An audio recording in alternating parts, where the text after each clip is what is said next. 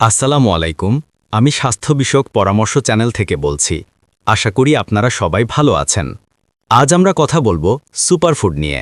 Superfood মানেই শুধু বিদেশি খাবার নয়। আমাদের চারপাশেই আছে অসাধারণ কিছু খাবার যা বাচ্চাদের মস্তিষ্ক ও শরীরের সঠিক বৃদ্ধিতে সাহায্য করে। ১.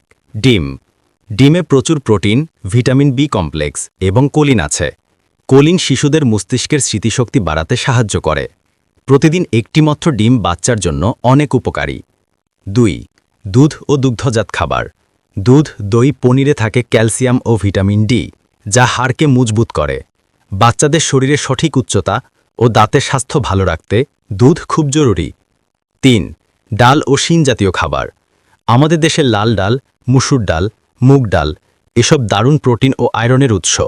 এগুলো মস্তিষ্কে অক্সিজেন পৌঁছে দেয়, ফলে মনোযোগ শক্তি বাড়ে। ৪. মাছ।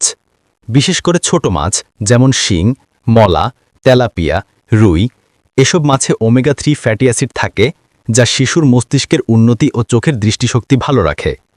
৫. শাকসবজি। পালং শাক, লাল শাক, লাউ, করলা, গাজর এসব শাকসবজিতে থাকে ভিটামিন এ, সি, আয়রন ও ফাইবার। এগুলো শিশুর রোগ প্রতিরোধ ক্ষমতা বাড়ায় এবং হজম ভালো রাখে। ৬. ফলমূল। আমাদের কলা, আম, পেয়ারা, পেঁপে, কমলা সবকিছুতেই প্রচুর ভিটামিন সি, অ্যান্টিঅক্সিডেন্ট ও ফাইবার আছে। এগুলো শিশুর মস্তিষ্কের কার্যক্ষমতা বাড়ায় এবং শরীরকে এনার্জি দেয়। ৭. বাদাম ও বীজ। চীনা বাদাম, কাজু বাদাম, আখরোট, তিল, সূর্যমুখীর বীজ এসব খাবারে স্বাস্থ্যকর ফ্যাট ও প্রোটিন থাকে। এগুলো বাচ্চাদের স্মৃতিশক্তি ও মনোযোগ বাড়াতে সাহায্য করে। তো বন্ধুরা, দেখলেন আমাদের দেশি খাবারগুলি আসল সুপারফুড। প্রতিদিন সামান্য পরিমাণে এসব খাবার শিশুদের ডায়েটে রাখলে তাদের শরীর ও মস্তিষ্ক দুই হবে শক্তিশালী। দর্শক, আপনি আমাদের ভিডিওটি কোথা থেকে দেখছেন? শহর থেকে নাকি গ্রাম থেকে? কমেন্ট করে জানাতে ভুলবেন না। এই ভিডিওটি শুধুমাত্র শিক্ষামূলক উদ্দেশ্যে তৈরি করা হয়েছে।